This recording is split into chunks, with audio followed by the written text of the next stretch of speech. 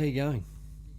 Good, thanks. What's happening? Oh, not much. We've had a couple of weeks off. You're over your you had your holiday. I've had my holiday. We're refreshed.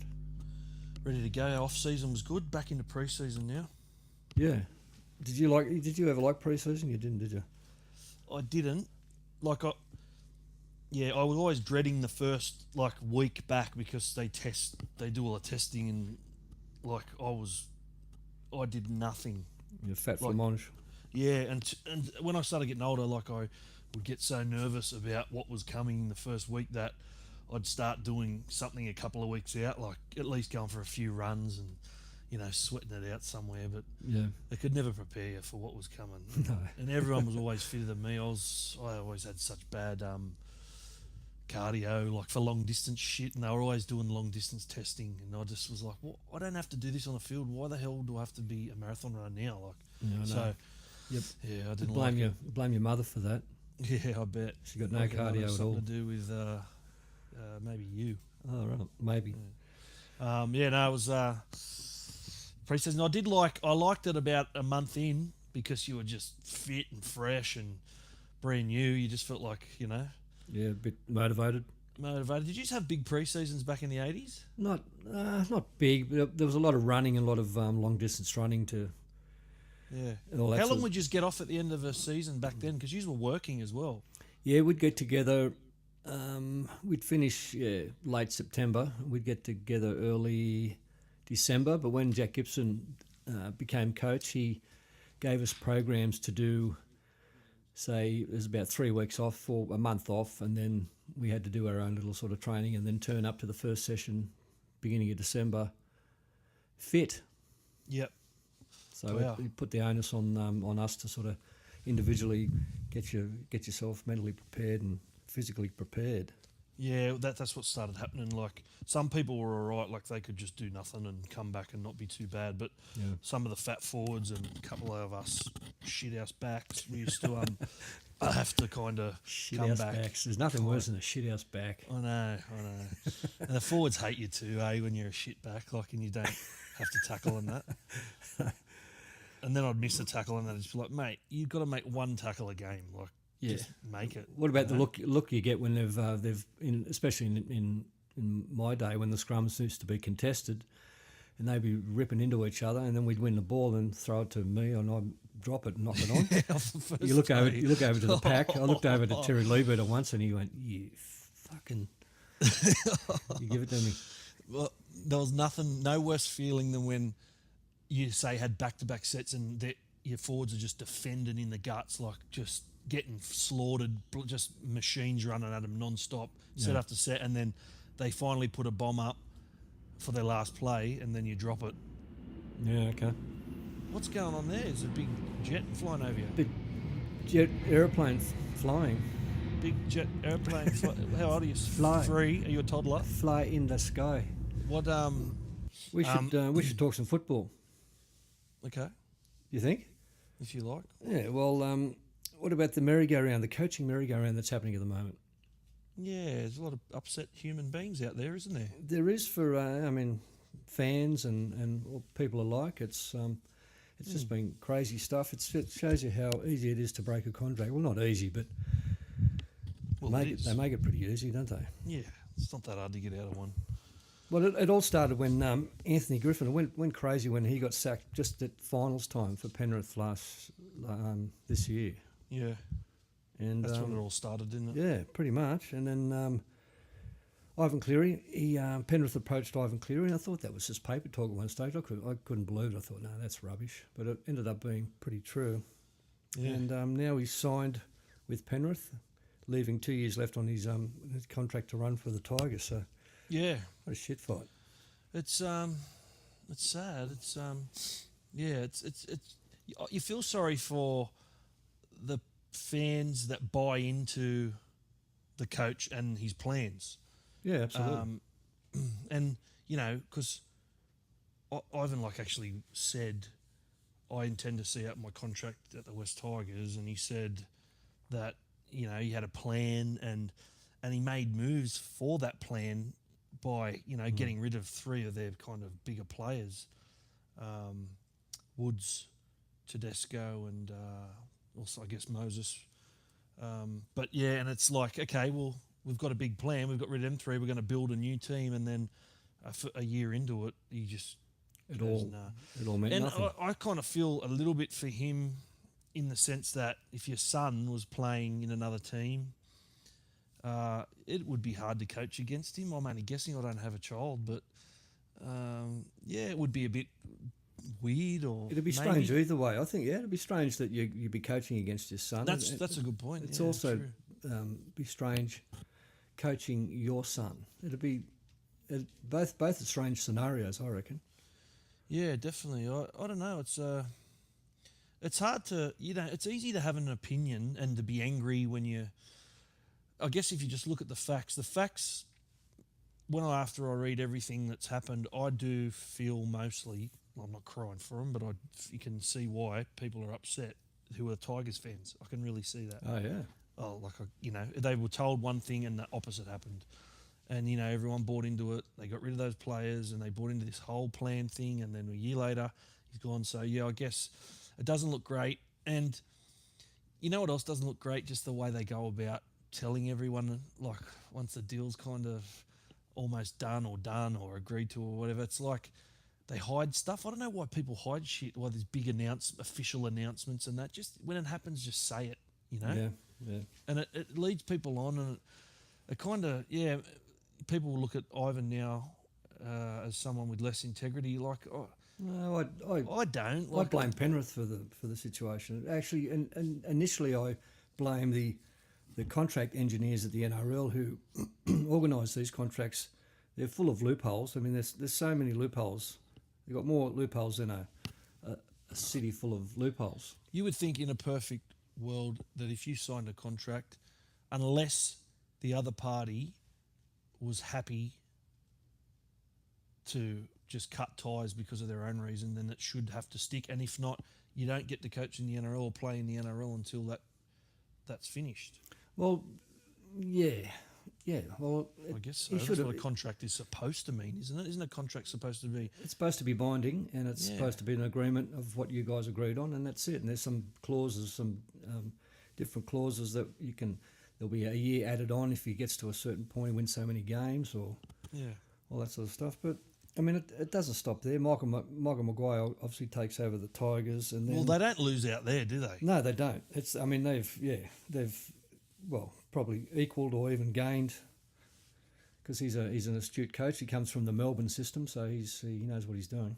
He I think, and it's not going to be hard for him to be a bit of a hero now if all he has to do is just, I guess they have to win. Obviously. Yeah, there's less. Yeah, you're right. There's less pressure on Michael Maguire taking over West Tigers as it is Ivan Cleary going back to Panthers. Yeah, and he's like, from all reports, Maguire is he expects excellence pretty much. Yep. Which is good for the next 3 years when you're rebuilding, I reckon. Yep. That can get tired as well, that form of coaching, but it can also take a club from where they are to the heights. So I don't think they've lost anything at all. I just think it's just been a little bit of a betrayal. It has that in regards to the transparency, definitely. I blame Penrith for that, for even and Ivan's putting that out there. Ivan's in a tough position. I'd feel like in a perfect world to kind of soften the blow, if he just was super honest up front and came out and said, "Look, I don't think I can. I said one thing and I've changed my mind because I don't think I can coach against my son," or whatever the reasons were. Just be kind of really transparent, and kind of then some might be like, "Oh, okay, I can see where he's coming from," instead of just kind of going quiet and then all of a sudden he's gone. Yeah, well, so we don't know. The punter, and I and everyone out there doesn't know when this actually started or how it was spoken about. Or that's right, and reality. We don't know. Yeah, we don't. Ivan's a pretty quiet fella in general. I remember he coached me in reserve grade in the Roosters, and he was always such a good bloke, just a nice bloke, And I'm sure he's got his reasons. It's just that he's not a massive talker. He's not a big public figure in that sense, and he probably just was under other instructions not to speak as well. And there's all that. So it'd be good to hear. He sent a text message to all the players, which said some nice things, but it can also be taken as, well, it's just a text message. We're what in your frontness type thing. It's Yep. so easy to sit back and guess, I suppose. And Mate, and the ongoing dramas with coaches is it looks like Seabold and Bennett will shake hands, passing each other on the New South Wales Coast Road, swapping coaching roles at the end of next year. yeah. So That's pretty they'll be big. saying they'll be waving to each other as they go past. Yep. Maybe flipping the bird to each other as they drive past. That's possible. And Manly signs Des Hasler. What if Big Benny Bennett was just finishing up on his last bite of a McMuffin on his way down and just Threw went it. past Seabold and just lobbed it straight into Seabold's car, straight in his lap. He had a white shirt on, sauce all over it. That'd be Bennett 1, Seabold 0. That'd be funny. What else is funny is Des Hasler's back with Manly. They got rid of him as Penrith got rid of Ivan. Yep. So he's back there. And Ivan's situation's taken the kind of spotlight off that scenario, hasn't it? yeah, and somewhat. it's I mean, and Manly won't pay Trent Barrett out on his last year of his contract, so he's got to hang at Manly till June next year, which in capital letters is awkward. Baz does. Yeah. Yeah, he can't. They won't go pay him anywhere. out, so he's got to hang around. He's got to look like he's doing something within the club there, or he's going to be an assistant. But Des doesn't want him, and Trent doesn't want to be there. So, Oh, yuck. so Yuck. there's more stuff happening there.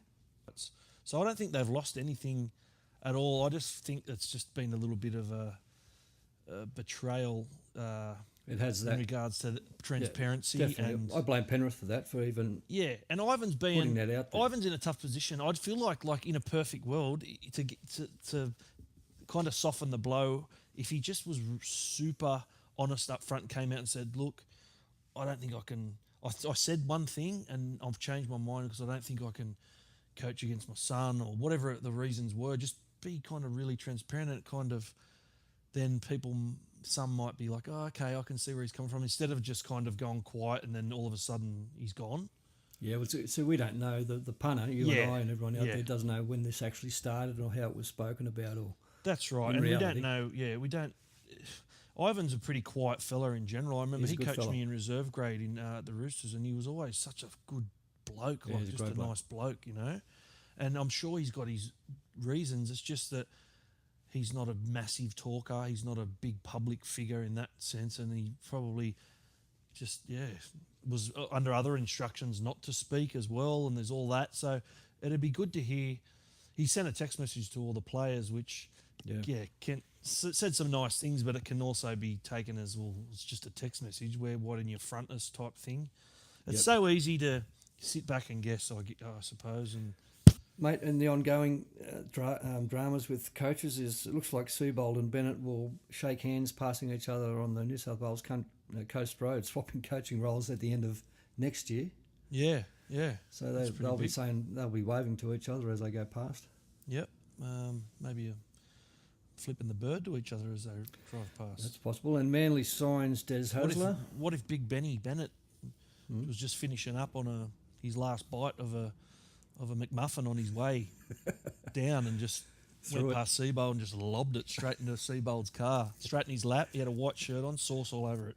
That'd be Bennett 1, Seabold 0. That'd be funny. What else is funny is Des Hasler's back with Manly. They got rid of him as Penrith got rid of Ivan. Yep. So he's back there. And Ivan's situation's taken the kind of spotlight off that scenario, hasn't it? yeah, and somewhat. it's I mean, and Manly won't pay Trent Barrett out on his last year of his contract, so he's got to hang at Manly till June next year, which in capital letters is awkward. Baz does. Yeah. Yeah, he can't. They won't go pay him anywhere. out, so he's got to hang around. He's got to look like he's doing something within the club there, or he's going to be an assistant. But Des doesn't want him, and Trent doesn't want to be there. So, Oh, yuck. so Yuck. there's more stuff happening there. Yuck. Oh, that's awful. Awkward. But I think it's not a bad move for them to get Des back. It's a whole new playing group under him now, like from when he was there. So maybe you know what? Whoever, if the Panthers win and the Tigers start winning, and the fucking Manly win as well, and they're all up there in the top 8, you know, vying for a top 4 spot or whatever, you're not going to hear any whinging, are you? No.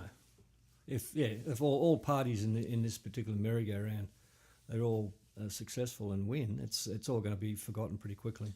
Well, they're going to hate Ivan regardless. Tigers fans, they're going to, whether they win or lose. If they lose, it's going to be like, you left us, you arsehole, we were building something good. Yes. If they're winning, they're going to be going, good, we didn't friggin' need you anyway, Yeah. you arsehole. It's just, There's it's some a scenarios sport, mate. there. It's a ruthless sport.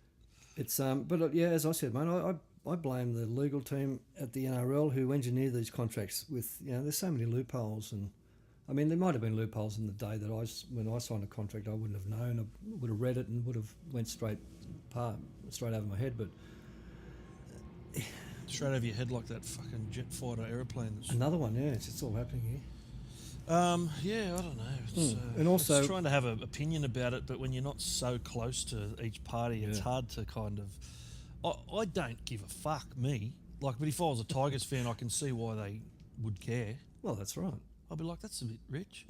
Well, that's why we're talking about it, because we don't Yeah. really care, but other people do, and Yeah. fans do, and people that are invested in the game do. Yes, that's right.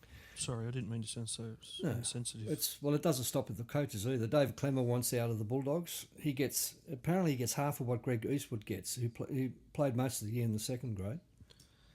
Yeah, all that starts coming into play as you become established and you start looking next to you and thinking, hang on a minute, I'm 1,000 times better than the bloke next to me, and he's getting paid 1,000 times more than I am. Well, I don't think he's 1,000 times better than Well, you know what I mean. Greg Eastwood, but he's the current front row for Australia, and he demands.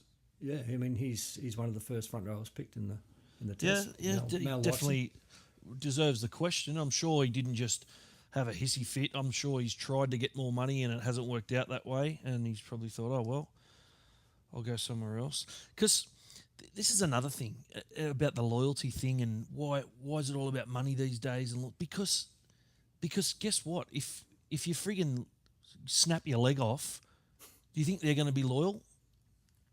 You know, it's like you got 10 years. That's if you're lucky.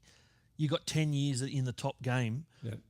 I don't even know what the stats are for that. Who lasts 10 years these days? I don't know what the average NRL player, how many games they play, but you got to kind of catch and kill while you can, eh? You got to get what you can. Yeah, there's only a limited time, as you said. You don't know when you're going to get injured. You don't know when your time's up with knees or with whatever. It's Well, what about when you were playing? So when you were playing, what was the kind of when you were at the height of your football? What kind of money were you getting? my biggest contract was sign on for 35,000, and then playing for New South Wales and Australia, I got another 10. So you end up with, did 40, you say 30, 35? I ended up with 45. 45. So 5 each rep Yep, honour. for making those honours. Yep. So you end up with 45. And then what, did other clubs throw money at you? Or I know you were talking to other clubs, but did they actually give you a formal offer of money? No, or? I never got any formal offers. I was nearly going to sign up with Canterbury, but there was no. Ooh. Bullfrog wanted me to get back to him when Parramatta gave me the last offer. Yeah. And What year was that? 85, Okay. 85, 86. And I just got an offer from Parramatta. I went, yeah, okay, I'll take it. And then I remember Bullfrog rang me. He was that dirty on me. Was he? Yeah, he was filthy. He said, Why? He said, I wanted you, and you told me that you would give me the last opportunity to see what if we could at least match it and beat it. Yeah. He did say that he'd beat whatever they'd come up with. Yeah. And What did they come up with? It was 35. Yeah, so, right. But yeah, he was dirty. I mean, we then ended up okay. When I saw him next time, we shook hands. Everything was okay. But he was just he wanted that commitment from me, and I didn't do it. So without naming names, who was the highest paid player at? Sorry, not who was the highest paid player. How much was the highest paid player getting, without naming names, at Para when you were offered that contract? Say. I don't really know what the highest paid pay got. I'd say it would have been Pricey and Sterlo and Brett towards Okay, the you end. can name them if you want. But they would have been on at least 10 or 20 more than me. Oh, okay. So it wasn't like in the hundreds of thousands or No, anything. no. You're joking. Jesus. didn't that all change Mm. very quickly And too? we thank the Super League for that. Yeah. Jumped it right up quickly. Yeah, as awful as it was, it served its purpose, didn't it? Mm. Yeah, it's just shit money, isn't it? Really. Well, back then, I guess it's it's not. kind of relative a It little was bit. relative to the the cost of living and all that sort of stuff in Living the 80s. Yeah, It was all pretty relative. I think it's more so. It's a lot bigger today, but in regards to cost of living, I think they get a lot fair more bit than- more, yeah. but it's not a big difference. yeah. I don't think anyway. Well, yeah, My it depends calculation. on who you are, I guess. But yeah, shit, eh? It's amazing. It's interesting to know. You know what? You know what? Twist my tits. No, not this weekend. Not this week. I can't watch TV anymore. I just can't do it. There's reality shows on every night of the week, and then on the weekends there's replays of those reality shows. Yeah, it's getting it. I It's think getting- with it is. on-demand stuff now, like you can just watch anything you want at any time on YouTube, Netflix, Yep. Apple TV. Yep. It's like, why should I have to be in front of my TV at a certain time when you're ready to show me when I can just watch it whenever I want? Absolutely. And But there's still a big, mate, reality TV is massive. it is. Yeah. People love it. They love The Bachelor and they love all these offshoots of that and the Love Island and stuff. Why is it that the majority of people love that sort of thing? Are we brain dead? Is it what's happening there? I think a lot of people are so busy that to just sit there and watch mindless kind of shit is kind of a bit therapeutic. Like you don't have to think about it. It's just watching other people be fuck ups in their lives, and it's kind of It's like fast something food. You can get it quickly and you can get the hit quick. yeah, and it's just like something to take their mind off the mundane Yeah. practices of everyday Yeah, living, probably. I suppose. It's just like a bit of escapism, like music or anything else, really. But it's just a shame that that's most people's escapism, like, is just watching mind-numbing shit. I try and do, like, when it's on, if I'm home, I'll watch it and just put shit on it as it goes, just mucking around for a laugh and get a few bites on Yeah, that's good. Social That's some of media, the and it's stuff a you bit of did this year was really funny. fun back and forth stuff. But Yeah. I've found that I can't do it anymore. Like once in a blue moon, You've run out of ideas. I've just run out of patience. Like I don't care that much to sit through it and do all that and put all that energy into it, just because it's becoming the same story every time. You know, Yeah.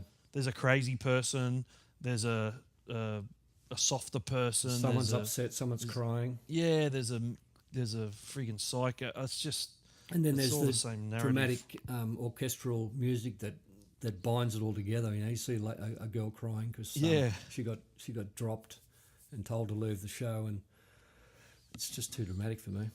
Yeah, and last few times with the Bachelors and that as well, the outcome's been weird, and then they break up all the time. So I think people just lose faith because I think people like to think that it's all real. It's fairy But- tale ending. Well, that little do a lot of people know, unfortunately, that it is so scripted, that shit. Yeah, okay. They get put in certain scenarios. So and when they do all the screening for who's going to make it into the show, they pick these psychos on purpose so that because they know it's going to bring drama, and they know that they can build a crazy person around it, which is I feel like it's a bit it's kind of bullying in a sense, because they know someone's crazy and has got stars in their eyes and thinks they're going to be famous, and they tell them this is going to be great for your profile and all this, but they know quite well before the first scene is shot, they know who they're going to make out to be crazy with all the crazy music and the situations they're going to put them in. And yeah, they're not stupid. They're pretty clever, and they know how to get the drama out of each and every one. So. Anyway, there's too much of that for me. I have actually, I turn the TV on and I turn YouTube on straight away. And even now, YouTube's getting a fair few ads happening. I mean, you can turn it off 3, 4, 5 seconds into the ad. Oh, you just pay $120 a year and you don't get any ads. Oh, okay. Yeah, so it's called I think it might be Premium, YouTube Premium. And $120 a year. Yeah, you pay $120 and you don't have to sit through any ads ever again. Well, the ads only go 15 seconds, and it's mainly just the big knobs like McDonald's, Yeah, all yeah. the big food chains, and then go for 15 seconds, and the other ones of 3 to 5 seconds. You can turn it off. You know what's scary? You start saying the same thing around your phone a few days in a row, What do you mean? and like say we're talking now and we're talking about let's say McDonald's. You keep saying it, keep saying McDonald's, Macca's around your phone, you'll find that you'll start seeing more of those advertisements. Really? Yeah. It's So voice recognition advertising. And it's not... who told you it's, that? Well, it's true. That's true. It's They just can common hear you knowledge. without even the phone being on. Or Well, your phone's on. yeah, but it's on, but you're not connected to anyone talking. Not connected to anyone. You just keep saying things like skiing holidays in Japan. Fuck off. Mate, I'm not... That's been around for ages. Are you fucking that... Are you serious? Dinosaur. That can't be right. Oh, it's... I mean, Google it. It's true. It doesn't surprise me that it would be right, but And it's not that It's not surprising right. when you think about... It's not right. It's not right. It's an invasion of kind of privacy. my oath. But we've got Siri, that Siri on our phone. So when you basically press a button, True. you say skiing in Japan, and then all that shit comes up. So it's not really that far-fetched to think that they can just listen. Well, that's a good point. I mean, if they're and then they're able to back at the head offices, they're be able to see what was happening and who's. Yeah, geez, that's scary stuff. Mate, you know what was scary the other day? My mate and business partner upstairs, he lives above me. He was telling me about this clip from Tony Robbins, this specific clip that he wanted me to watch. He's going, I don't know what it's called, and he started talking about what was in it and what he said, and blah blah blah. And the next morning, I woke up and went on YouTube, and that exact clip was the first thing, the very first video I saw. Yeah. Shit. Weird. And it happens all the time too with other things. Like, I'm always now when we're around, someone will hold up their phone and go, "No way, we were just talking about that," and they'll hold up whatever we're talking about, like as an advertisement. Scary, eh? What if the TVs were all? I mean, we were all being watched. The TV screen was just a big camera, and on the other end were people watching exactly what we're doing. Well, I'll tell you this: if your phone's off, cops can still listen to you.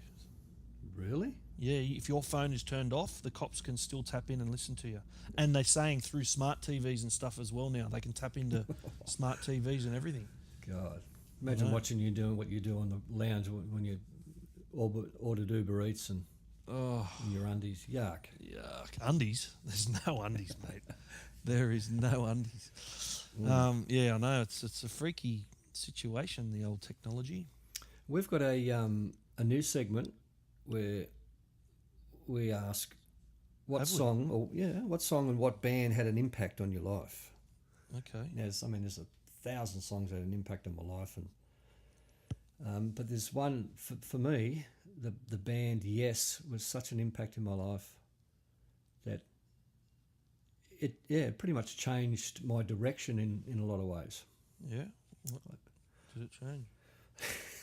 Oh, thanks for asking. Just had an influence on the way I played music and as a person, because it was such a storytelling type way they did things. I mean, they had these big songs, the 15, 20-minute songs, and it took up one side of the album, and it was just a story, and it was angelic, and it was futuristic, and no one was doing that sort of music at that time, but. And it just dragged me along with it, and it made me all esoteric, and I became very spiritual, and it sort of gave me a pathway into those early years. Yeah. Did a band have that sort of influence on you?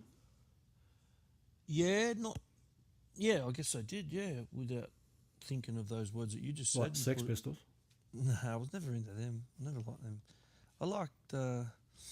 Heaps of different stuff, but yeah, Yes, when I listen to Yes even today, obviously I fell in love with them from you playing them all the time and got to know them, and as you get older you really start listening to them.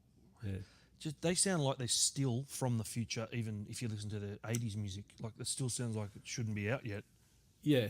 In regards to their musicianship. It's jumped some time from... Oh, it sounds like they're from another planet or something, and they're coming down to bestow this friggin' sound and wisdom upon everyone. It's just doesn't sound like human almost, but when you this is when you're right into music and how it's made and played and all that stuff. They definitely stand out. But I ended up really loving groove based heavy music Yeah. I think because when I saw it live, it and I saw everyone in the room, like you could feel the bass and the What, Metallica, that type of stuff? no, not yeah, a little bit, not so much Metallica, but I did like Metallica for what they did, but I wasn't obsessed with them so much. But just I remember seeing, I used to think of heavy music as scary a bit and like, oh, it's like abrasive and Yep. it's kind of, it's annoying on the ear. But then when I saw it live and I started playing guitar and using distortion and seeing that noise come out of the amplifier that I was playing the guitar that was plugged into it, it was just a different feeling. And like to have that big monstrous noise coming out and you were responsible for it and to feel it going, like I used to go to some of the heavier gigs then after I started getting into it, and you'd feel the kick drum and the bass just, it was like it was vibrating your whole body, and it just affected me, and I just could never get away from it. I just loved that big fat heavy kind of groove. Yep. Is that And the same sort of effect you think that that club music, the nightclub music sort of had, the big thumping? Deep? Yeah, I suppose. Yeah, well, groove, obviously, it's groove. People don't think of metal and heavier music as having groove until you listen to someone talk about it. And you think, oh yeah, I know what you mean, because a lot of the beats that say metal uses old kind of blues and hip hoppy kind of groove beats. Yeah. It's just with abrasive, thick, heavier guitars and big ballsy kind of bass noises, and everything's big and aggressive sounding. But with the club stuff, it's similar. Like people, I guess, get that thump in the chest and that moves them, and they feel like it's, buzzing their cells around, and they're kind of just in the flow and the groove of it, and get addicted to it. Also, swallowing 6 disco bickies before you go in probably helps, to connect. It heightens the sentence. I can't even like bloody any kind of dance music for me. Like it's got to be a pretty special melody for me to want to listen to it. Like it gets pretty tired on my ears pretty quickly, that stuff. But, depends on what the song is, of course. So what were the bands you were talking about that had that melodic, heavy flow? Well, Sepultura, Pantera. When I first heard Pantera, I was playing footy in reps, and this bloke Jay Croak, he was a young gun back in the day. He played for the South Juniors, and he had Pantera written on his shoe, and he used to crank it when we'd go away for our CHS, trials and all that stuff. He'd crank it in the room, and it was just the heaviest, scariest music. I was like, I didn't understand it, and then as time went on, I started seeing film clips of him and understanding, like watching the crowd move with the beat and that. I was like, far out, this is like hypnotic, kind of monstrous, kind of cult-like, it's like a big underground cult thing. And I started really just, and then when I started playing guitar more, I understood why it was so addictive, because to be responsible for that noise, like it just felt empowering, I guess. And so Pantera got me into the real heavy stuff, like what I thought was real heavy back then. I moved on to probably Sepultura and Machine Head. Yep. Sepultura did an album called Roots, where they went into the Brazilian forests and jungle and connected with all the tribesmen out there and got them into studio and recorded them doing their chants. And they had this big fat jungle groove album, Roots album. Yeah, and I got obsessed with that then. And and then, I don't know, I like all kinds of music, honestly. Like to sit here and name all my favourite bands. And then I moved into like more kind of stuff like Helmet, which were less abrasive in regards to vocals, but more progressive. Yeah, I get more progressive. Yeah, that's true. It's kind of like a thinking man's metal, they used to call it. Like, weird time signatures, stop starts, and big bouncy beats, and then I, as I got older, I kind of, a lot of the music you used to listen to, kind of, I realised how genius it was as I got older and started listening to that more. And there's a band called Cog, which are from Bondi. A lot of people know about them, and my brother, they're fantastic. We all love them. I know the guys; they're fucking great blokes, and they to me they sound like a modern day version of Yes, but a little bit more stripped back and a little bit more rawer, for want of a better word, because they're not raw by any stretch of the margin. But then they did an offshoot with a band called The Occupants, where it was just the two brothers, the bass player and the guitarist from Cog. And they got in a stand-in drummer and recorded these songs called by The Occupants, and that still, I'm stinging for them to make more of that. They're back together as Cog now, and they're touring as Cog, but I want to hear more Occupants stuff. Oh, I need to see them live. Do you know when their next live? I'll let you know. Yeah, they actually, I didn't write back. I got a message off. I'm kind of friends with the bass player. Well, the you better younger get good brother. friends with him. We need tickets. Yeah, well, he's put me on the door a couple of times. I hate when people put you on the door because playing in bands, like I know how annoying it is when people ring you. Oh, can you put me on the door? When it's like $10 or something. Like, just fucking pay. Like it's not like bands make heaps of money, you know. Like our guest list used to be 40 strong, and I'd just be like 40 people. Like that's $400. Like Heads up. it doesn't sound like a lot, but when you split that up. Well, out of that, you got to pay your lighting guy, your sound guy, your friggin' manager if you've got one, or whatever else. Yeah. It's just Anyway, yeah. So he's got a 40th coming up, and he invited me to that, and I just awesome. forgot about it. But Yeah, I've better got get to into write that. back to him. Yeah, I was hanging around, mate. The thing is, I have a couple of beers, and all I want to do is talk about music to them, and I can imagine it would be punishing for them. I think they'd just be happy to be talking and just. Oh, they're nice guys. casual. I hung out with them a few times, had a couple of beers, a couple of times with them, and they're just champs. Like they just love love having a beer, love having a good time. They're kind of, Anyway. Anyway, I mean, yes, changed my life generally speaking, and it was when I mentioned Sex Pistols. Sex Pistols came about. The idea of the punk rock and all that came about because of the bands like Yes, Genesis, Journey, Jethro Tull, and all that. They had big, long songs, big, intricate songs that were telling stories, and a lot of thought went into it. yeah, and these guys thought, "Fuck this! We're just gonna play 3 chords. We don't know how to play the guitar. We're just gonna pick it up and learn 3 chords, and then we're just gonna thrash this music out, so we can get this stuff off out of our heads." And that punk was born from that, and it became movement. a big movement.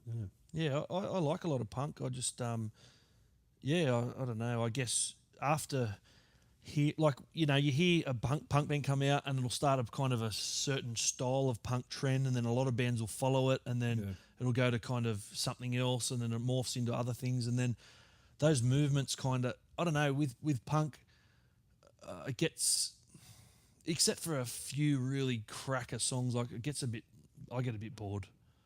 I like songs with punk elements, but I don't know, it kind of bores me pretty quickly after hearing the same guitar sound, the same vocals, and the same every sound, like in every song on every album. You know what I mean? Yeah. But It's hard. I do love. I still listen to any type of music, any band that plays the music and does world tours, and they're big like U2 and stuff like that. There's a certain period in their careers where they have heightened times when they're writing great songs, and you run out of ideas. Yeah. You change, your music shifts and changes because your ideas 8-10 years ago when you're writing songs, you're writing things about your life and stuff, and now you got a lot of money and you're relaxed, and the writing changes. What you write about is different. Yeah. That's pretty deep, isn't it? Very deep. Miscellaneous news. Yep. You ready? I'm ready. The end of chemotherapy might be near. Wow. Yep. There's a discovery made by researchers at the Northwestern University, Illinois, who believe it could be what they've discovered could be utilised for the future fight against cancer. Wow. And it's pretty interesting, actually. They've predicted malignant cells, cancer cells, could be encouraged to commit suicide without toxic chemicals being pumped into the body. Wow. Which apparently when they throw the chemotherapy in, it actually turns the cancer cells on a little bit. They get aroused by it. Yeah, wow. So they're looking at, they think they know the kill code of a cell where they can inject these cells that will teach the bad cells to have the killer code, and the cell will die. So it triggers a mechanism without having to use chemotherapy. Yeah, it's fascinating, all the alternative therapy, cancer therapy stuff. I was looking a lot into it only about a month ago. Well, it's got a bit to do with the fasting, isn't it? And the a lot of it. autophagy. Yeah, that's right. So, it seems like the answer could very well, for a lot of people, not all cases, but be right in front of their faces in regards to being the opposite of what we always thought. You always think if you're sick, you have to do something to combat it. You have to take something, you have to ingest something, you have to give your body something. Whereas this this strategy is no, don't do anything, and let your body heal. So fasting, the girl who I was speaking about earlier, Steve upstairs, his wife, her friend's father had 2 months, was given 2 months to live. He was completely riddled with tumours throughout his whole body. He went home. They said, just go home and spend time with your family and, do what you need to do. Yep. He went home, went upstairs. He lived, his room was upstairs, pretty much locked himself in the bedroom, and for 60 days only drank water. That's it. And completely cured himself of all tumours. He's still alive today. For how many days? This was years ago. 60 days he did it. So just water, no food? Just water, no food for 60 days. So he would have entered complete autophagy, which for people listening who don't know what that is, what it is it's all your old weak cells. Yeah, cannibalize yourself, don't you? Yeah, you pretty much, your weak cells die off and your strong cells survive, and those strong cells reproduce. Throw the garbage other out. strong cells. Yeah, so what happens is all the innards of the cell, of the weak cells, empty, and your body absorbs them and uses them as fuel, and you pass them. So you get rid of all those irregular, ill, and, for want of a better word, dirtied cells, toxic cells. Dirty. Yeah, and then you kind of just reproduce all these fresh, new kind of cells, and you become kind of complete. I noticed when I'd done the 3-day water fast after it, I felt like it renewed. Yeah, like I you were felt saying, really fresh inside. Like, you know how when you eat and stuff and you're constantly eating crap, and I always have weird kind of pains or bloating or just I just can feel your insides are under duress in some way if you really sit there and listen to your body. Yep. After the way I felt after fasting was the complete opposite of that. Felt like everything, there was no inflammation. That's the thing. Most disease and illness is inflammation. Yeah. And a lot of times it's the food causing the inflammation. And I think there's a lot of things that can, not just cancer, but there's a lot of different conditions and diseases that can really be healed and prevented via what you eat. Well, it makes sense. I mean, we're on this eating binge, since everything became so readily available. You could, just going through McDonald's and getting a coffee, and you'll get a little burger with that or whatever. But it's also quick and connected straight away with the lifestyle, and it's I think it's taken its toll. The cancer rate now is 1 in 3. 1 in 3 people get cancer of some sort. That's fucking so scary. It used to be 1 in 50 in the 30s and 40s, and then it just slowly got worse. And it'd be interesting to see the statistics, and when fast foods came in and foods, sugar foods and all that sort of stuff. How 1 in 3? I can't believe that. That's crazy. I remember I went out and watched. This is a completely different situation, but I went to, it's called Nordoff Robbins, and they do music therapy for kids with autism. Yeah. And they teach them to connect through music, and they have unbelievable results. I sat in and watched a session like from behind a glass, and it was amazing to watch this little boy. His grandfather started playing the piano, and this little boy who was off with the fairies doing his own thing just stood up and ran over and just was obsessed with the noise coming out of this piano. And then his grandfather grabbed his hand and put it on the piano and made him make the sound, and he started making his own sounds, and he was like looking at his grandfather, making eye contact for the first time, and it was a bloody special moment. Anyway, I said to the lady, I said, "Why is there so much autism today, like compared to say 20 years ago? What is it?" And she goes, "Eric, I've been doing this for so many years now, and I must admit, I honestly believe it's got everything to do with the food available today. Yep. What the kids eat, what's in the food, like what makes the food last longer. So, they can just produce masses amounts of it, and it doesn't cost them much to make with wheats and different pesticides and things." And corn syrups, which is your sugar, and it's sending kids crazy, and it's giving them things like autism before it's in their parents' genes and their cells, and it's passed on. Yeah. And it's not saying that's all cases, but that she thinks that a lot of a big reason for it is because of the toxins in Yeah, food. I mean, we should take with professional people like that. We should take heed and listen to some things like that. That I mean, they've been in the game for so long, and Yeah, been well, they part see of it that day in and day system. out, and they. Yeah. I know kids who are that addicted to certain drinks and lollies that they it's like they're little junkies, and until they get it, they're screaming and they're hypo, and then you give it to them and they go hypo for another 20 minutes while the sugar high's there, and then they come crashing down and start whinging because they're tired, and it's It's a vicious circle. it's pretty heavy stuff. It is. I know what it's like. If I have a big meal and it's very carby, a lot of carbohydrates, I feel very bloated, and then I'm thinking about feeling that I want to close my eyes after about 15, 20 minutes after the meal. I could easily sleep for the whole day. Yeah, definitely. I can't believe now since doing some intermittent fasting, which I started probably a couple of years ago, where I just cut out eating breakfast. I was never really eating breakfast anyway, so I was having one meal a day. I was brushing lunch and just having one meal a day. I did it for a week. After about day 3 or 4, I remember just my whole outlook on food changed. Like how much we are over consumers. Like we just eat too much too often. Yep. And we think we have to, because what happens too is if you eat 3-4 times a day every day, if you just dead stop that, you're going to feel hungry at those times where you usually eat, because you produce a hormone called ghrelin, which is the hunger hormone. That's going to be coming thick and fast throughout your body for the next probably 3 to 4 days, where you think, shit, I've got to eat, I'm going crazy, I'm going to die if I don't eat. But if you just sit that out, go through the tough periods, have the up and down spikes in moods and energy levels, get through it, you break through and you think, you're not hungry anymore. No. You're just not hungry.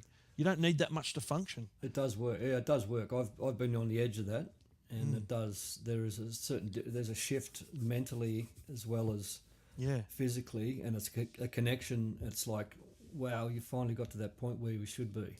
Oh, mate. If you had a chef, if you had a cook who just made your food for you, it would be so easy. Because, like you said, a lot of it's availability. It's just easy to get, go drive through, or just to go And downstairs. it's in your face every day when you turn the TV on or you listen to the radio it's everywhere. or whatever. It's everywhere. It's all over the place. It's everywhere. They're keeping us dumbed down and fat, really. Yeah. And this is a good segue into, because we've got Boogs who sent us a video on fat burning. Yeah, you have to post it up. Yeah, we'll throw that up, but it's for beginners and intermediate people that train. Yeah, I watched the video last night. You can be for advanced as well. It's just it depends how hard you go. Yeah, you ramp it up. You can put more reps in or whatever. But generally speaking, it's just to burn a bit of fat, and with your eating good food, it has to burn fat. Yeah, scientifically impossible to not burn fat if you eat the right things and not too often, and you move. You do a bit of sweating, yeah. Yeah, well, you don't even, you know what? Like, I lost 7 kilos in 21 days. Did you sweat? Without sweating once, just by changing food. Right. So I lost 7 kilos of fat. That's of body fat, or probably 10 kilos all up, just by. I was doing one meal a day, but it was a big meal. Like, I was full as anything after it, and it was just meats and salads, meats and veggies, different combinations of meats and salads and veggies. And the more you get into it, the more you realise how much food is out there in terms of variety that is good for you. That's not going to bloat you, and it's not going to store or add fat. Yeah, it's just getting out of that carb cycle. It's a carb cycle. It's a carb cycle, but that cycle of it's embedded into your head. You see it wherever you go. You hear it wherever you go, and as you said, you think you have to have breakfast. You think you have to have lunch, and then you have. Yeah, it's just conditioned. You think 3 meals a day. Like I keep saying it. The bloke responsible for the phrase "breakfast is the most important meal of the day" is John Kellogg's, who he was the starter of Kellogg's breakfast cereal. That's right. When TV first came to be, and it was the first time TV happened, he was one of the first guys to get on there and actually do marketing on TV before anyone knew what the hell that was. Yep. And he said very smartly, breakfast is the most important meal of the day, and he had a friggin' breakfast cereal company. And it's become what it is today. Well, the food pyramid is turned upside down now by nutritionists and anyone that's got any nous and knows what's good and what's not. But the food pyramid is completely the opposite. It is. It used to be, 3 to 5 servings of breads and cereals per day. Can you believe that? It's like they did it on purpose to keep us sick, Yeah, it's so strange, they isn't it? can keep the medical. Or they just didn't monster. know enough at that point to. think Yeah, it I was don't any know. different. I don't know. I don't know. How did you ever get away from thinking that eating from the land is? You know, I used to. We were told when I was playing that we should carb load. You know, we should have spaghetti the night before a game, and Yeah. 48 hours, 24 hours before a game, you carb load. And I remember on a Saturday or a Sunday, after doing that for 24 hours, I would be yawning and tired, and it just made Yeah. it just. And now thinking back at it now, when I do that now, how it makes so much sense that there's so much sugar in the system, and it's just overriding your body, and that's what I was going through. I Yeah. couldn't get out of this. Like, I wanted to sleep before a game, and No, I know. I was the same. And when I finally kind of started cutting the carbs down, geez, I felt better before a game. Just light Yeah, and kind of bit of a spring in your step. But I think it's sad. Like I've got like 50 odd clients now. That's and, excellent. And they majority of them, they just had no idea, and it's not their fault.